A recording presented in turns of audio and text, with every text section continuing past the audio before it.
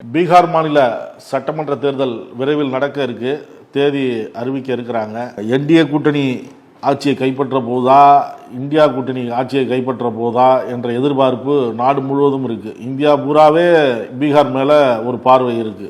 அங்க என்ன தேர்தல் முடிவு வரும் அப்படின்னு. காங்கிரஸ் உள்ளிட்ட எதிர்கட்சிகள் தேர்தல் ஆணையம் மீது குற்றச்சாட்டு வைத்தது வாக்கு திருட்டு அப்படிங்கிற குற்றச்சாட்டை வச்சாங்க. ராகுல் காந்தியும் 110 தொகுதிகளில் பேரணி நடத்தினார். அதில் கூட்டணி கட்சிகளும் பங்கேற்றன. அது ஒரு பேசு பொருளாகவே இருந்தது. இடையில பல்வேறு நலத்திட்டங்களுக்கு அடிக்கல் நாட்டிட்டு வர்றார் பிரதமர். இது வரைக்கும் 1 லட்சம் கோடி அளவுக்கு நலத்திட்டங்களுக்கு அடிக்கல் நாட்டியிருக்கிறார் அப்படின்லாம் சொல்றாங்க.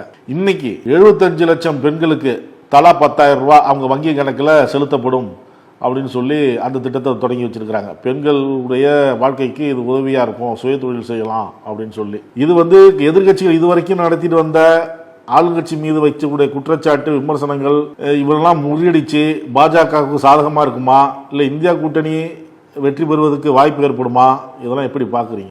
ஆரோக்கியமான ஒரு நல்ல எதிர்ப்பு அரசியல் பாரதிய ஜனதா கட்சிக்கு எதிராக எங்க துவங்கி இருக்குன்னு பாத்தீங்கன்னா, சமீப காலத்துல நாம ஒரு 15-20 நாளா நீங்க எந்த பேப்பரை நீங்க எடுத்துக்கிட்டாலும் பீகார்ல நடக்கக்கூடிய அந்த ஓட்சோர் என்கின்ற வாக்கு திருட்டு அப்படின்ற சப்ஜெக்ட் ஒரு பெரிய விவாத பொருளா பல தொலைக்காட்சிகள்ல விவாத பொருளா வந்து சில தொலைக்காட்சி நிறுவனங்கள் மற்ற வேலைகளுக்கு போயிட்டாங்க.